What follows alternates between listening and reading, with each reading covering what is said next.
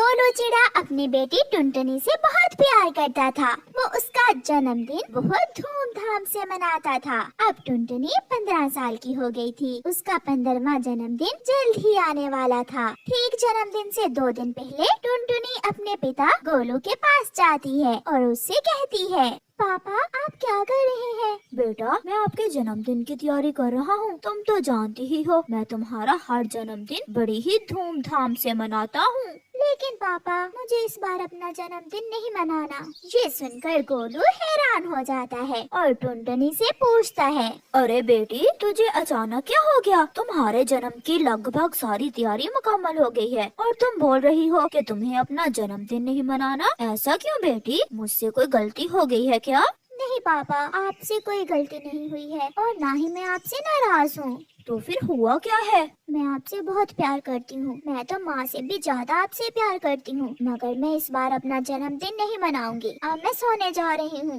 गोलू सोचने लगता है, कुछ तो बात है। टुनटुनी को कुछ तो हुआ है, वरना वो अपना जन्मदिन मनाने से कभी मना नहीं करती। उसके मन में जरूर कुछ चल रहा है। खैर अभी तो वो कुछ नहीं बताएगी। जन्मदिन वाले दिन टुनटुनी की माँ उसके पास आती है।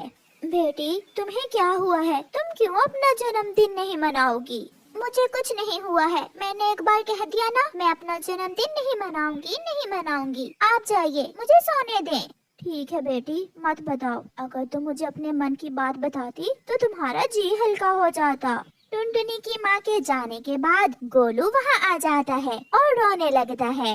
पापा आप क्यों रो रहे हैं? क्या हुआ है? रो ना तो और क्या करूं? बेटी तुम तो अपने मन की बात बता ही नहीं रही हो कि इस बार तुम अपना जन्मदिन क्यों नहीं मनाना चाहती हो। बताओ बेटी आपको क्या चाहिए?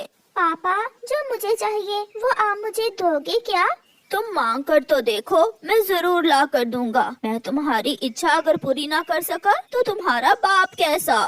तो पापा आप दारू पीना छोड़ दो। अगर आप दारू पीना छोड़ देंगे तो फिर ही मैं अपना जन्मदिन मनाऊंगी। मैं तुम्हारी कसम खाता हूँ बेटी, मैं आज के बाद कभी नशे को हाथ नहीं लगाऊंगा। चलो अब तुम जल्दी से तैयार हो जाओ। फिर उसकी बेटी जल्दी से तैयार होकर सबके सामने आती है और धूमधाम से अपना जन्मदिन मनाती है। सब बहुत खुश थे।